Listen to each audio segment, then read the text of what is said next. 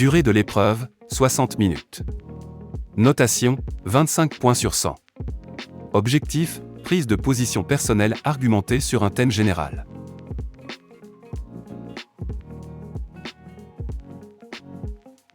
L'épreuve de production écrite ne comporte qu'un seul exercice. Dans cet exercice, vous devez prendre position, argumenter un point de vue personnel. Vous écrirez un texte argumenté de 250 mots minimum, dans lequel vous devez adapter votre expression aux circonstances et au destinataire. Adapter votre expression à votre intention, protester, nuancer, insister, attirer l'attention. Présenter des faits, des événements, un contexte, une situation.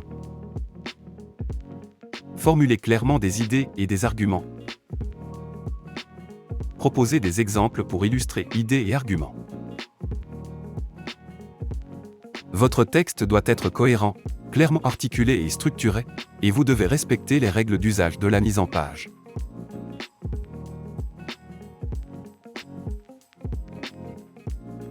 Sujet 3. De plus en plus de professeurs de langue utilisent les séries TV pour élaborer leurs cours car ils considèrent que c'est un support très riche et apprécié des étudiants. Une façon de lier l'utile à l'agréable.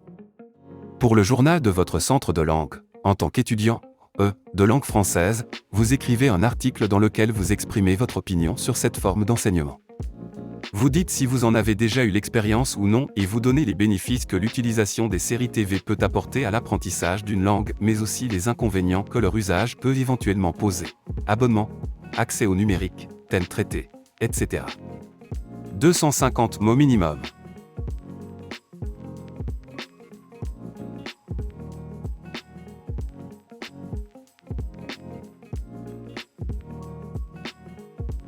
Exemple de rédaction.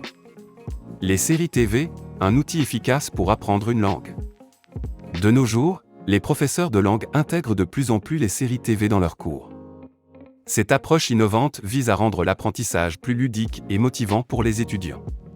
En tant qu'étudiante de langue française, je trouve cette méthode enrichissante, bien que non dénuée de défis.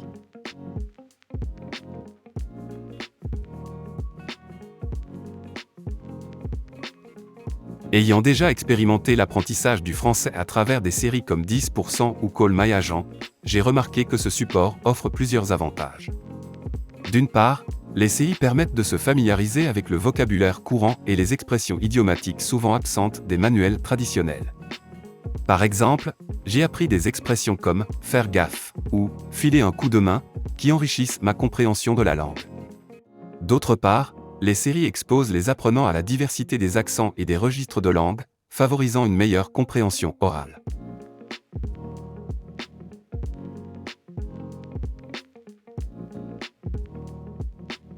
De plus, cet outil renforce la motivation des étudiants.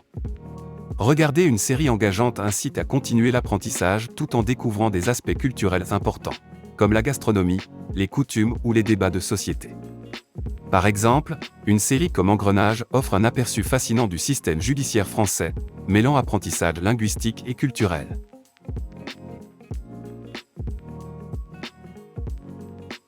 Cependant, l'utilisation des séries TV dans l'enseignement n'est pas sans inconvénients.